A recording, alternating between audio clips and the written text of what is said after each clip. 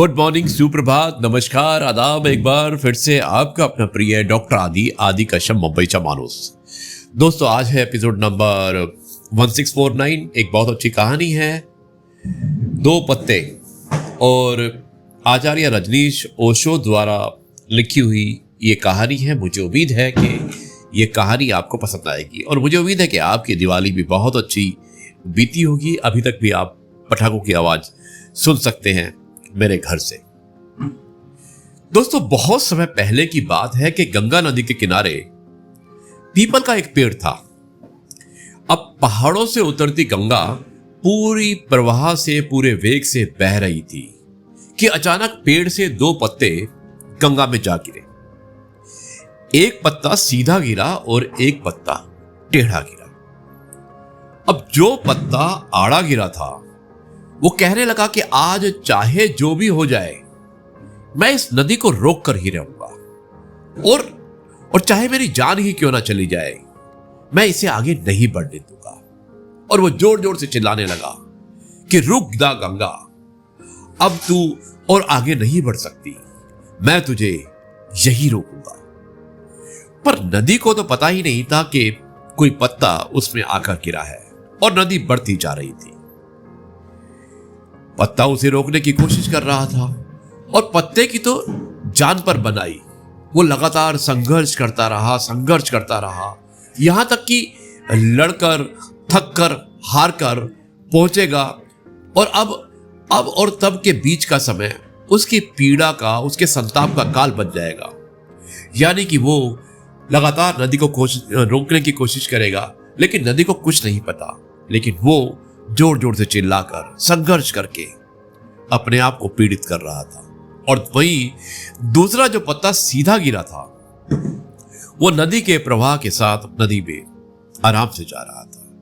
और वो हमेशा यही कह रहा था कि नदी, तू चल, मैं तुझे रास्ता दिखाता हूं। जहां पे भी तेरी मंजिल है, मैं तुझे मंजिल तक पहुंचा दूंगा। यानी कि जो पत्ता सीधा गिरा था वो नदी के प्रवाह में बहुत मजे से जा रहा था और उसे इतना कॉन्फिडेंस था कि नदी शायद उसके कहने से चल रही है।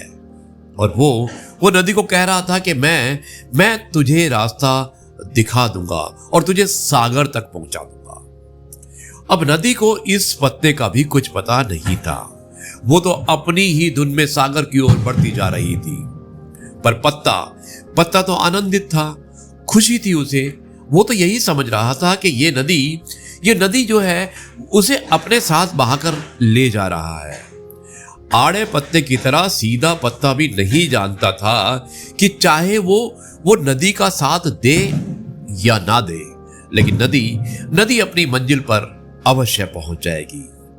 अब और तब के बीच का समय उसके सुख का, उसके आनंद का काल बन जाएगा। जो पत्ता नदी से लड़ रहा था दोस्तों, उसे रोक रहा था, उसकी जीत का कोई उपाय संभव नहीं था। और जो पत्ता नदी को बहाए जा रहा था, उसकी हार का कोई उपाय संभव नहीं था। दोस्तों, व्यक्ति ब्रह्मा की इच्छा के अतिरिक्त कुछ कभी भी नहीं कर पाता, लेकिन लड़ सकता है। इतनी स्वतंत्रता उसे अवश्य है और लड़कर अपने को चिंतित कर सकता है। इतनी स्वतंत्रता है उसे, इतनी फ्रीडम है उसे। इस फ्रीडम का उपयोग आप सर्वशक्तिमान की इच्छा से लड़ने में कर सकते हैं और तब जीवन उस आड़े पत्ते के जीवन की तरह दुख और संताप के अलावा कुछ नहीं होगा। या फिर आप उस फ्रीडम को ईश्वर के प्रति समर्पण कर सकते हैं, समर्पित कर सकते हैं और सीधे पत्ते की तरह आप आनंद का विभोर उठा सकते हैं। यही मैसेज था आज की इस कहानी का कि आप आड़ा पत्ता बनना चाहते हैं या सीधा। अगर आड़ा बनेंगे तो शायद आपको कुछ हासिल नहीं होगा, और अगर सीधा बनेंगे तो आप पॉजिटिव एटीट्यूड के साथ बहुत आगे बढ़ सकते हैं। दोस्तों, ये थी आज की कहानी। मुझे उम्मीद है कि दो पत्ते नाम की कहानी आपको अवश्य पसंद आई होगी। अब मैं इस कार्यक्रम को यहीं पर समाप्त करता हूं। कल आपसे एक बार फिर से मुलाकात होगी कुछ नई बातों के साथ। तब तक के लिए कहता हूं जय गुरु जी, शुक्राना गुरु जी।